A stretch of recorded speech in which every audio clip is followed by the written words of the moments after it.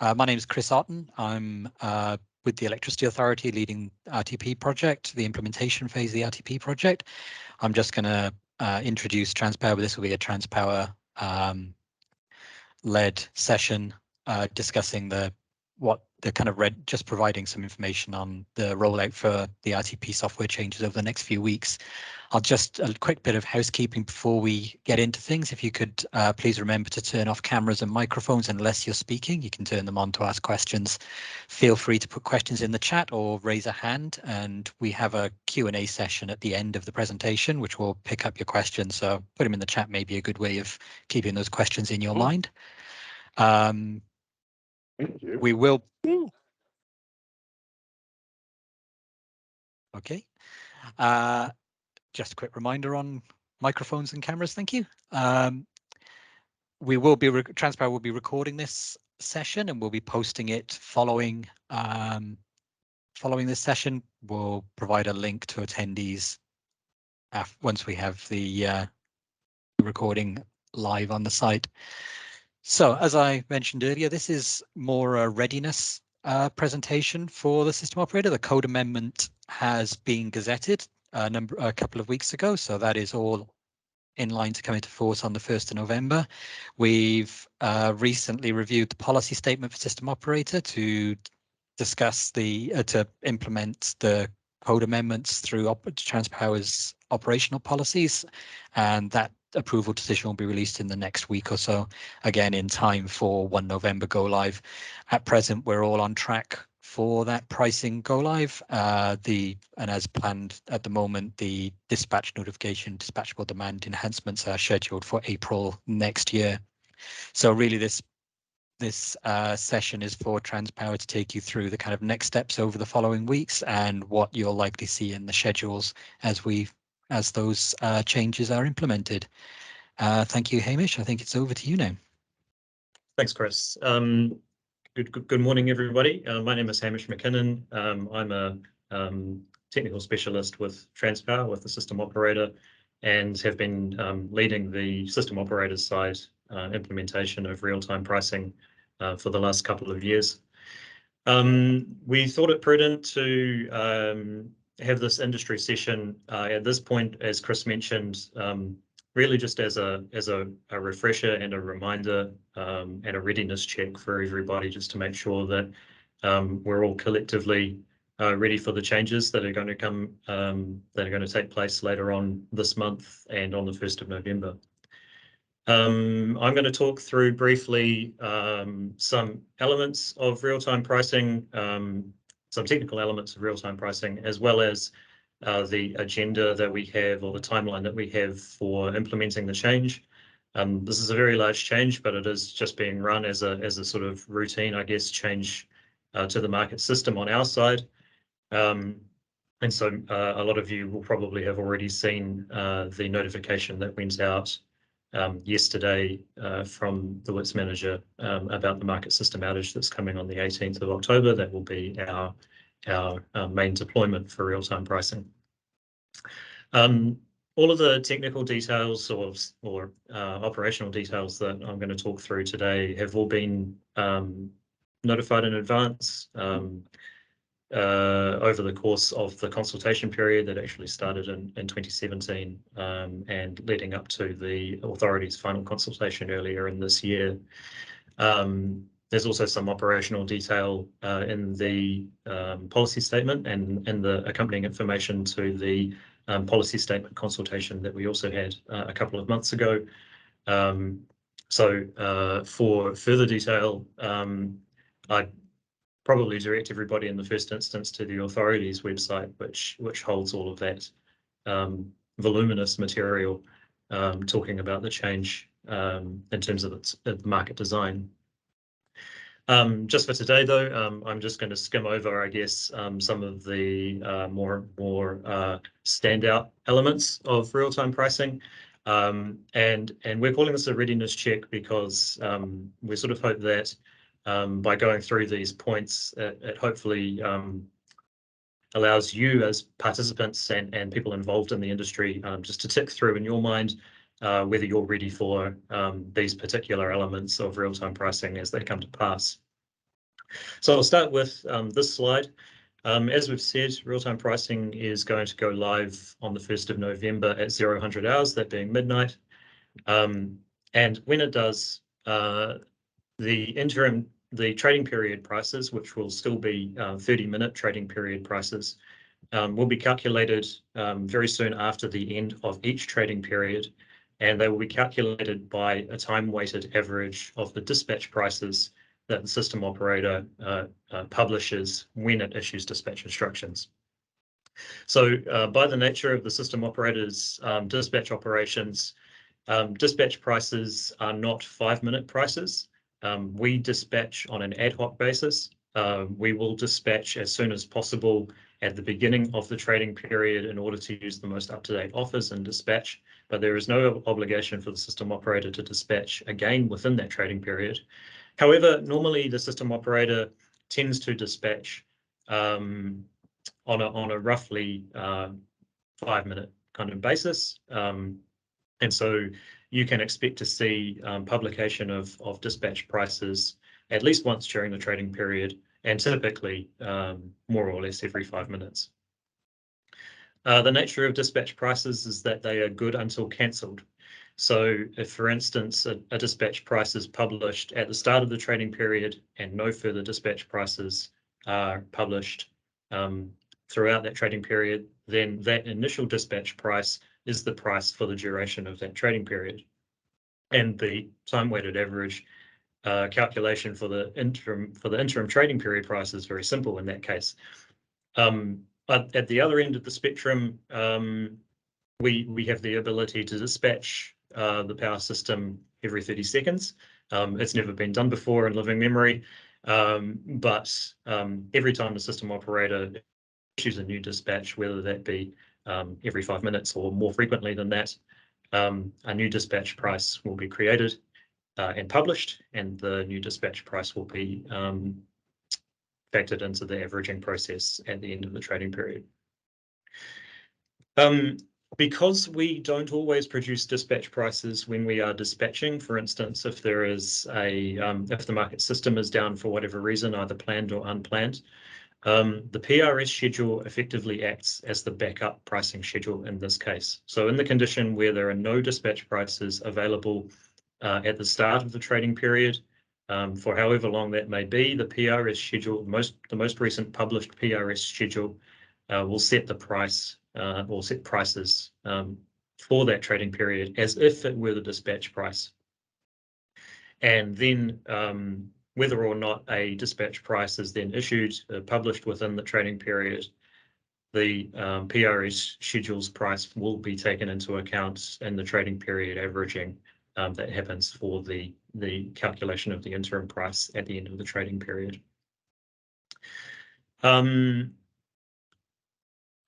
After the 1st of November at midnight, there is no longer a need to publish final pricing schedules for days 1st of November onwards. And so the current ex-post final pricing schedules won't be run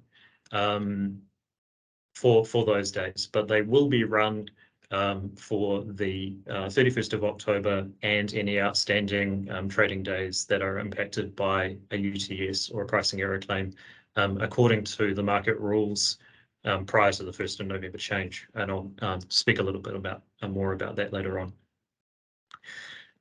Part of the RTP scope is the implementation of dispatchable demand in the real-time dispatch schedule, and also the options for dispatch notification participation. And these modes of participation will be enabled in a future release, which is currently planned for April 2023. To talk a little bit now about the timeline of events in the next couple of weeks.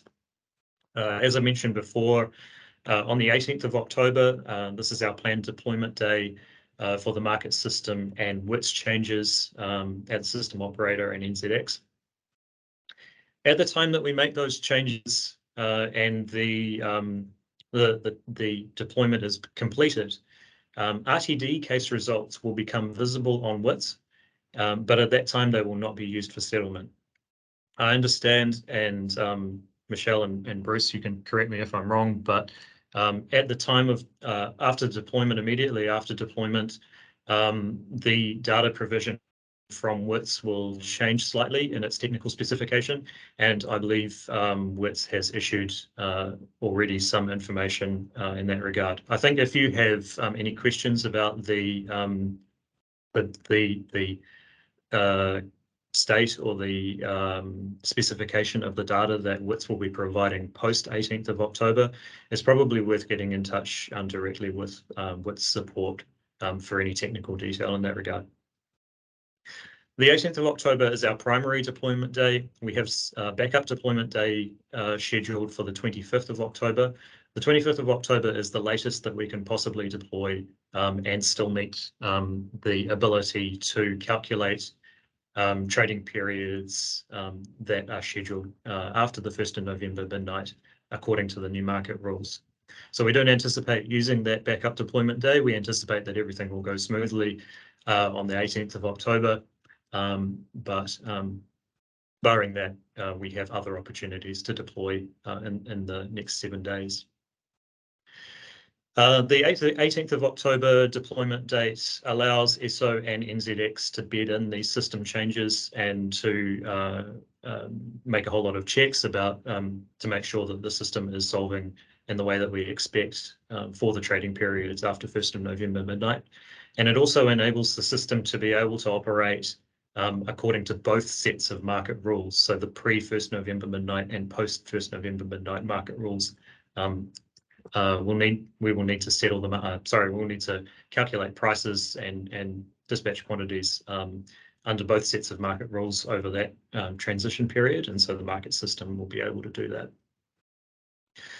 What that means is that from the 26th of October, participants will be able to see forward schedules which contain information about trading periods from the 1st of November midnight onwards, or 1st of November trading period 1 onwards. And 1st of November trading period 1 in these schedules will be calculated according to the new RTP market rules. So what that means in terms of each forward schedule that gets published, we have the WDS published on the 26th of October, which spans the period 27th of October 1400 to the 1st of November 2330 inclusive. And so that final day of the WDS will be solving for trading periods under the new market rules at that point. Similarly, on the 30th of October at 1400, the NRSL and PRSLs published will be published with 4 trading periods 1 through 4 on the 1st of November. On the 31st of October at 2030, the NRSS and the PRSS similarly will be published with trading period 1 on the 1st of November. Then on the 1st of November at go live time at midnight, the first dispatch prices will be published. At roughly 1 minute past midnight, the final existing 5-minute indicative schedule prices will be published. But because the dispatch prices for the trading period will have already been published, then the case results for that final 5-minute schedule, while they'll be available, they won't be visible immediately. The trading period is expected to proceed as normal, and very soon after the end of the trading period at 0 hours 30 minutes, the first RTP interim price will be published for the 1st of November trading period 1. Later on that morning, the pricing manager will still solve for the 31st of October according to the old market rules, so using the final pricing case, and provisional or interim prices will be published as normal, barring any pricing error claims or claims of an undesirable trading situation. And similarly, that the old market rules process will go to completion. So on the 2nd of November, we would expect that, all other things being equal, the interim prices published for the 1st of November will go final. And any outstanding trading periods affected by pricing error claims or UTS will be settled, will be priced according to the old market rules. Finally, I just want to give a bit of detail about the characteristics of final pricing, and we put these together sort of from a viewpoint of allowing participants to think through how they are implementing using the published data coming out of the market system and out of the market schedules. And so, for instance, if you are looking for zero prices or $100,000 prices or $500,000 prices in the real-time schedules, these prices are not going to either not exist or they will not mean the same thing as they do today. And so I'm just going to go through those details a little bit here. As I say, further technical detail is available through the information that's published on the EA's real-time pricing project page. The first point that I'll make about real-time pricing is probably a very self-evident one, in that it is what you see is what you get. The dispatch prices that we publish in real time are the prices that will be used in the calculation of the interim price at the end of the trading period. There's no opportunity allowed for in the market rules to go back and adjust those dispatch prices. As a function of that, the current $100,000 and $500,000 prices that are sometimes seen in the indicative 5-minute schedule that we have at the moment, and in the forward schedules, will no longer exist.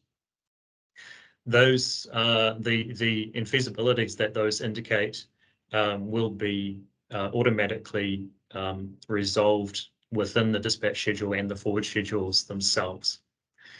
And so in the situation where we have a reserve shortfall or an energy shortfall, that reserve shortfall today might be priced at $100,000 as a placeholder pending further manual intervention after real time.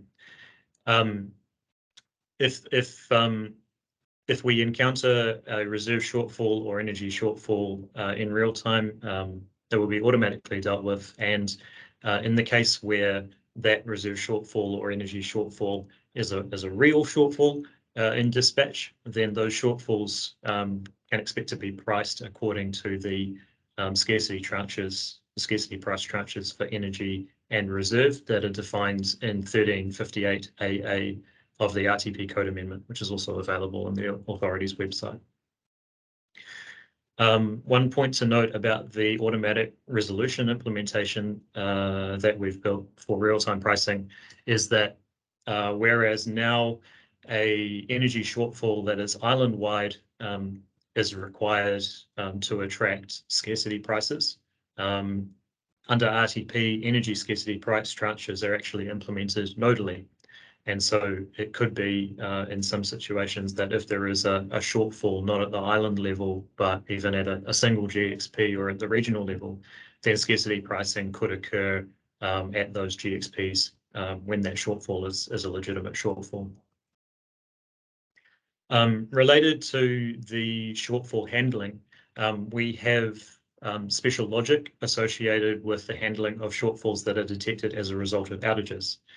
It's the authority's policy that scarcity pricing will not apply during transmission outages unless load shedding is required for the outage in real time under a grid emergency.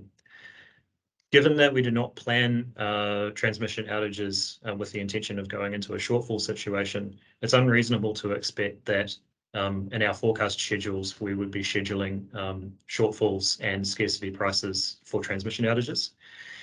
However, due to the way that we model load and outages within those forward schedules, you get some different price outcomes depending on whether the schedule is an NRS schedule or a PRS schedule. So just to elaborate on that a little bit more, in the event that we have a transmission outage and that transmission outage impacts the ability of the grid to supply load at a GXP, the way that outage is planned in actuality involves the use of load agreements and agreements with the connected parties to manage load according to the needs of the outage.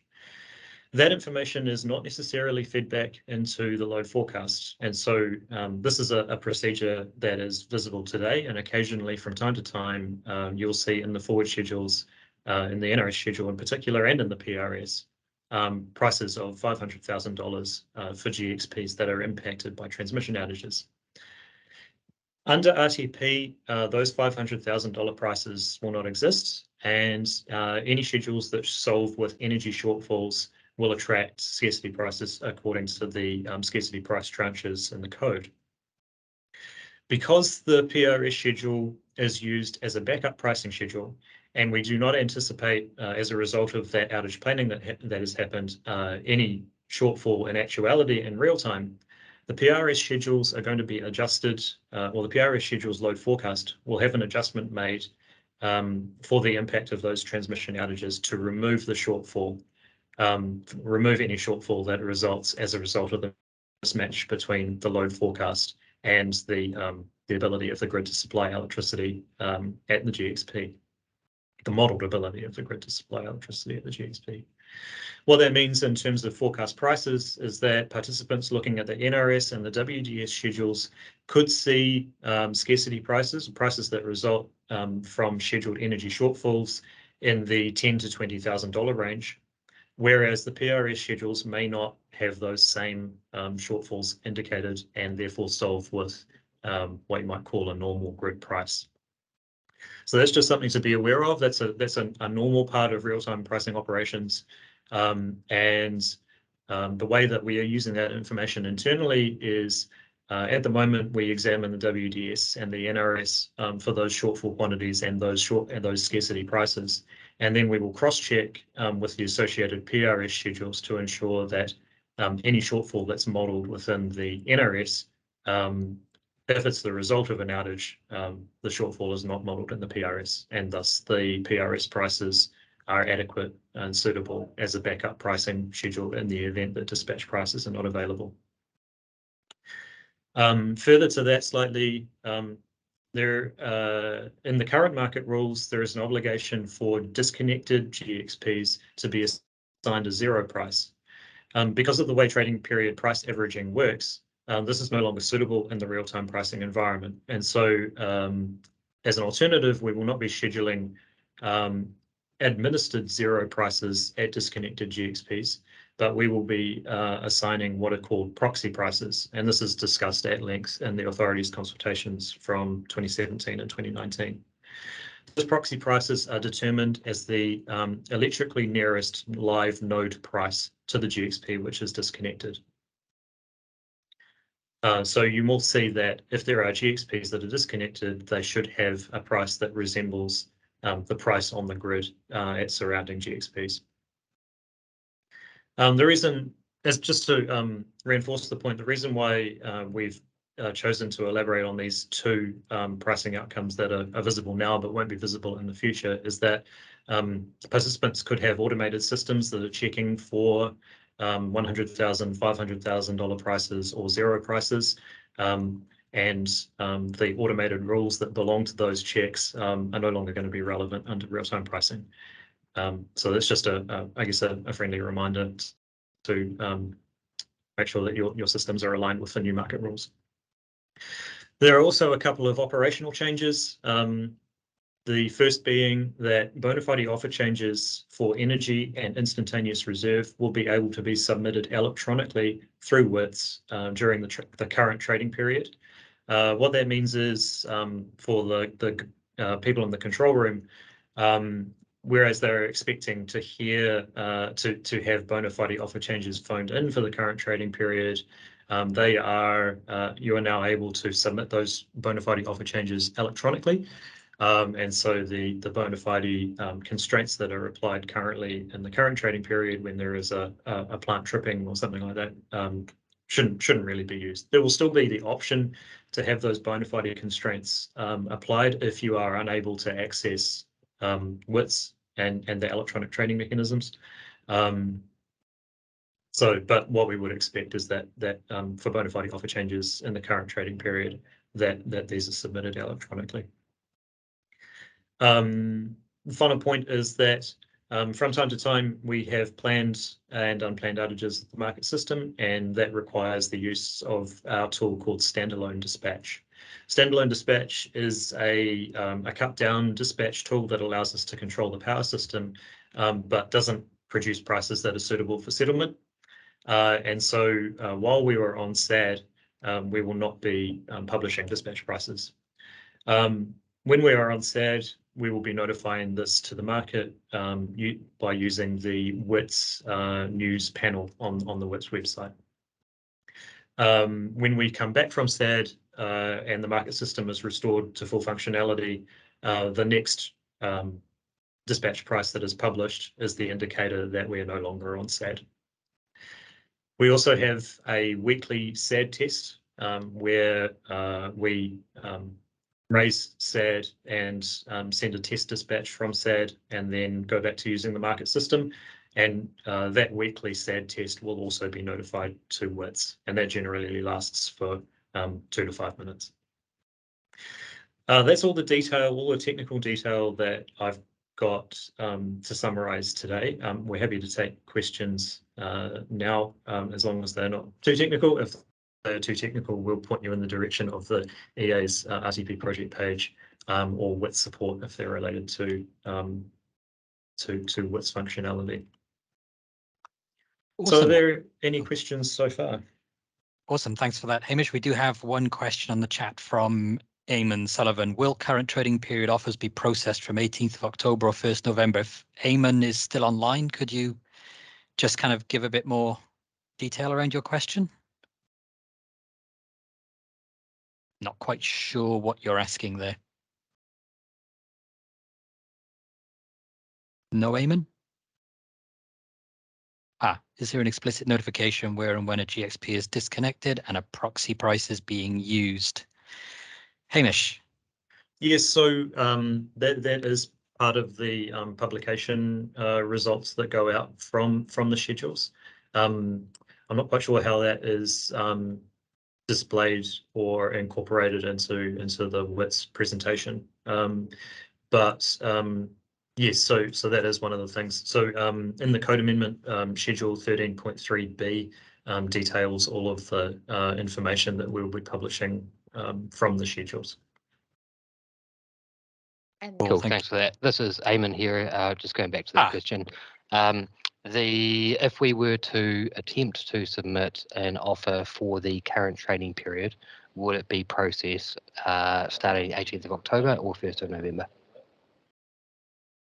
So the kind of submission and processing of bids and offers won't change under RTP, so you'll still have the same obligations and the systems will still run them through. There may be a delay on the 18th, obviously with the market systems outage that will come with the rollout of the market systems changes, but other than that, you shouldn't see any difference in the way your bids and offers are processed. Yeah, the thing to remember is that the new market rules allowing changes to bids and offering only start from the 1st of November. Sorry, yep. Yeah, sorry, changes to bids and offers within the current trading period are only allowed from the 1st of November. Correct. Sorry, my apologies. Even though you explained it to me, I still heard the wrong thing. Yeah, thanks. No problem. We've got the project link in the chat. Nigel,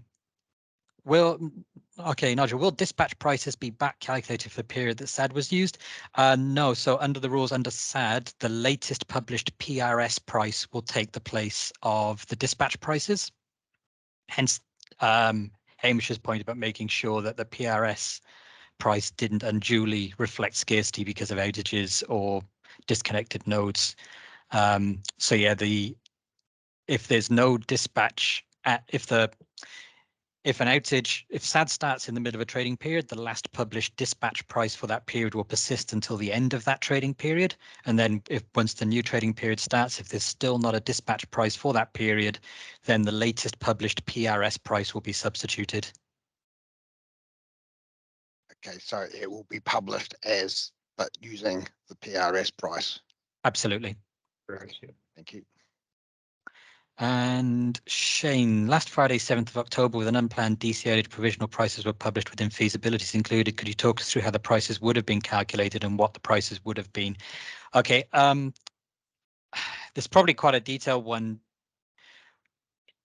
In principle, what should have seen if the infeasibility was reflected in the dispatch schedule in the same way, there are reserve scarcity prices in the code clause that Hamish listed in the presentation, 1358 AA, that illustrates how prices would escalate through varying degrees of reserve scarcity. So we would expect those prices to be reflected in the dispatch prices. So you wouldn't see the $100,000 price, you'd see an actual settlement price reflecting the degree of scarcity in the schedule. And that scarcity would only be reflected in the individual dispatch solutions that actually had the scarcity in it. So if the scarcity situation ended halfway through a trading period and prices settled to normal, those normal prices, whatever they would be, for the remainder of the trading period would be used in the time-weighted averaging for the final price for that trading period. A lot of this is discussed in quite a lot of detail in the presentations, the engagement sessions that system operator NZX and the authority ran through 2020, 2021, which we are linked on the project page. So if you're interested in a bit more detail on that, then on how that system would potentially work, then have a look through that. One note, the reserve scarcity prices have been updated in the code consultation back in May this year. So they were highlighted in the consultation papers. It's worth having a look through the consultation and decisions papers on the project page for the actual numbers, or yeah, the decision that went out a month or so ago. James, for bona fides, you noted you can submit changes electronically for the current trading. Is there a code change obligation on doing this? So historically, the systems have there's been system rules that have prevented changes to offer within the current trading period. This has been removed in RTP to enable sorry,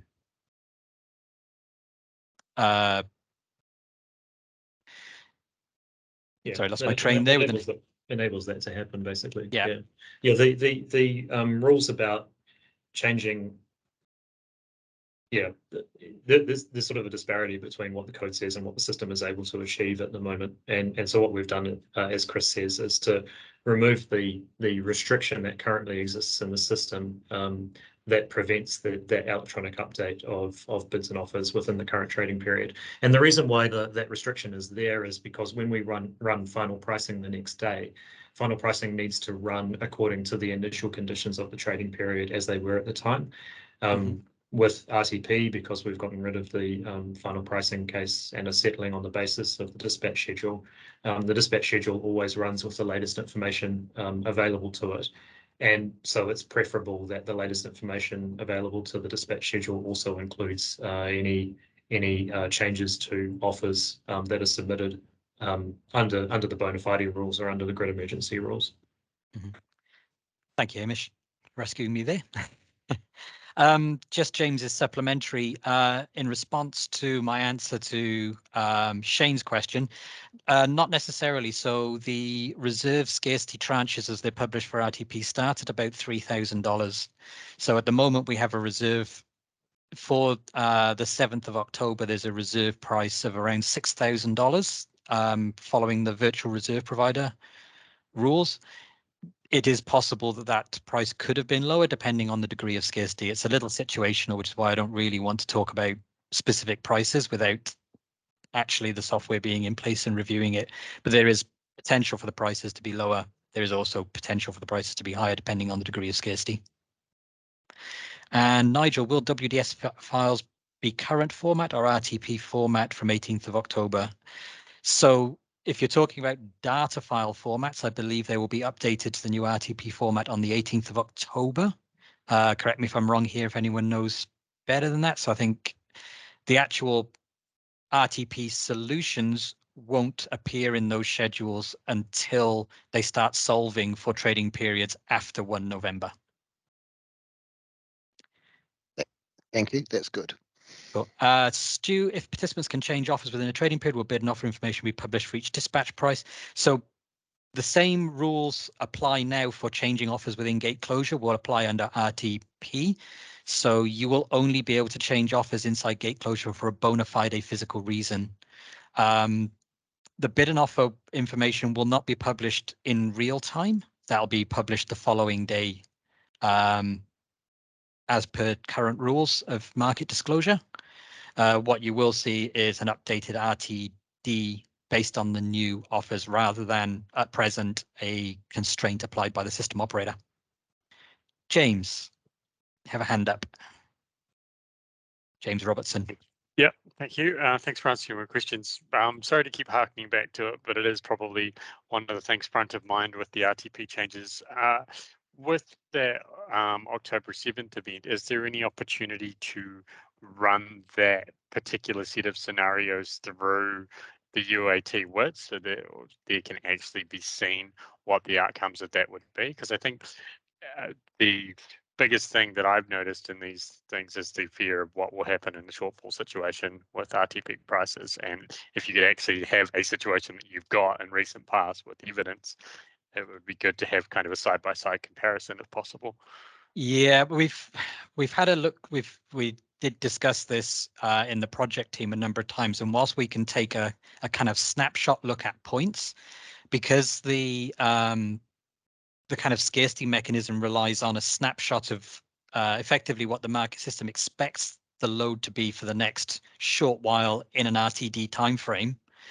And then that uses the basis for calculating whether any response has been enough to alleviate the scarcity situation. Because we don't actually routinely save that information as part of the solves, it's very difficult to reconstruct what would happen. There'd be a large amount of uncertainty in what the results you're seeing. So we're kind of weighing up, producing a different set of uncertainty, trying to answer a question about uncertainty, and we kind of really weren't comfortable with trying to do that because there would be so many qualifiers that we're not convinced it would actually solve the questions, answer the questions that you're looking for. Suffice to say that with the way that scarcity will be calculated in the RTD schedule, rather than scarcity prices persisting for, particularly in the cases of demand management, for whole trading periods until certain conditions are met, scarcity would only persist in the dispatch schedule until such a point as there was sufficient response to alleviate the scarcity. So we would expect scarcity situations to be shorter, and because of the time-weighted averaging, rather than scarcity applying for an entire trading period where the situation maybe only lasted for the first half of the trading period, that scarcity price would then be averaged out and potentially be reduced for that trading period. But it's, again, very situational and relies on participant behavior and responses, so it's very hard to those prices. And where at the moment the prices that participants see and not necessarily something they can respond to, which is why we're implementing RTP.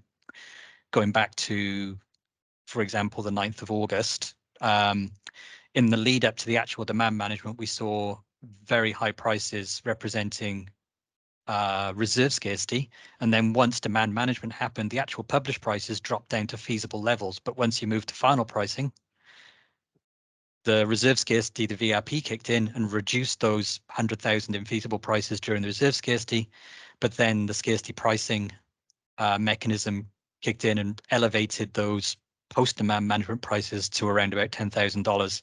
So it's kind of, would people's responses have been different in real time if they actually seen real prices? We don't know, and it's very much a trading one set of uncertainty for another set of uncertainty if we try running it through using the new market rules.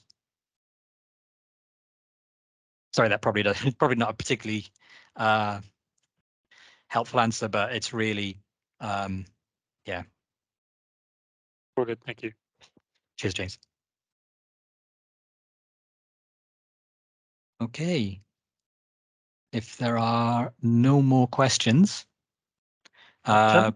Oh, Tim Hope. sorry, Tim. Yep. Hi, Tim. Yeah, g'day. Just a general question about the files that are going to be released on the 16th. We talked a lot about prices, things like the RTD schedules for R flows, instantaneous reserve offers. They're all going to be available from WITS through the SFTP on that date. Yep. So SFTP will be the SFTP system will still be up and running. NZX will still be running through that. They believe they've released some information through the WITS user group within the last week or so, talking about file format changes. So SFTP will still pick up all of the case information and the offer information. Cool.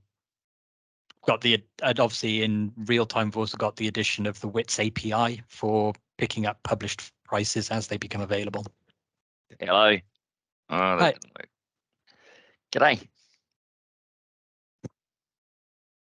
G'day. So just got Gerard. So a code change is required for bona fide timing. I'm not sure what you're asking there, Gerard. If you could clarify that.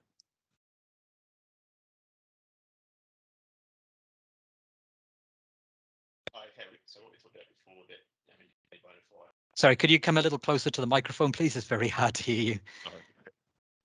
So at the moment, you can only bona fide for the following trading period and not the one that you're in. So yeah, so if you can do this electronically through the new RTP or through WITS, that means you'll have to do a code change, won't you? That was all part of the RTP code change enabling It that. has been done. Yes, Okay. that was, yeah. Okay, cool. Thanks. No problem. Stu, further clarification. Now, oops, sorry, somebody else is offering. My list of questions keeps getting longer. Further clarification. Now that different offers could be used for different final prices within the TP, will those different offers be published, i.e. at a granularity aligned with the prices rather than the trading period? Noting the current final price run doesn't use changes from within the TP, or in other words, which offers will be published if only one set? So at the moment, all offers, I believe, are published, not just the final offers. So you should see the submission time in the offer data as it comes through, as it's published. And Chris, sorry, can if you're talking about offers published through WITS the following day, no, that just shows the right. final offer. Yeah, they are available through EMI, as I remember as EMI files, so you can download them via EMI. We published complete offer files. Thanks, Bruce. Sarah, will we have a full suite of files running in UAT for a few days as a parallel run before going live on the 18th? I think I'll pass that one to Transpower. Full suite. So I'm not actually sure what the current connection is between our staging environment and WITS UAT. So Bruce, do you have an idea about what the plan is there? I would say that there have been all of those schedules published out of our staging environment to WITS UAT over the course of the last several weeks. So if you're looking for particular examples about which information is published from which schedule, for instance, you should be able to get that information out of WITS UAT, I think. Yes, currently WITS UAT is getting all the different schedules from one of your test environments. Yep. So Okay, those test environments are publishing. They're publishing schedules. They're publishing schedules with the same type of data in all of them. I've got no guarantee about the validity of that data or otherwise, because they are test environments and they're used for all sorts of interesting things. But the data is there, yeah. And how long has that been running for? I'm not sure, to be honest. It has been a little bit intermittent because we have been practicing deploying on the staging environment over the last several weeks as well. So that connection is sort of in and out. Right. But there should be a significant amount of data there. Yeah. Awesome. And so that will just continue right through to the 18th from now. I'm not sure about that, but I'll come back. Yeah. Cool. Thank you. Cool.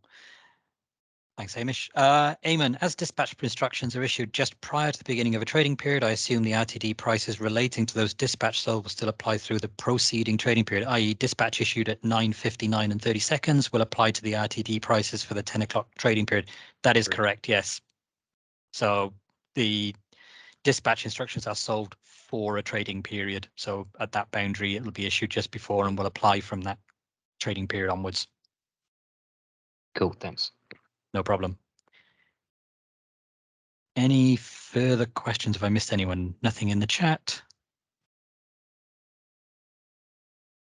Excellent. Well, we have some contact email addresses on the slide now.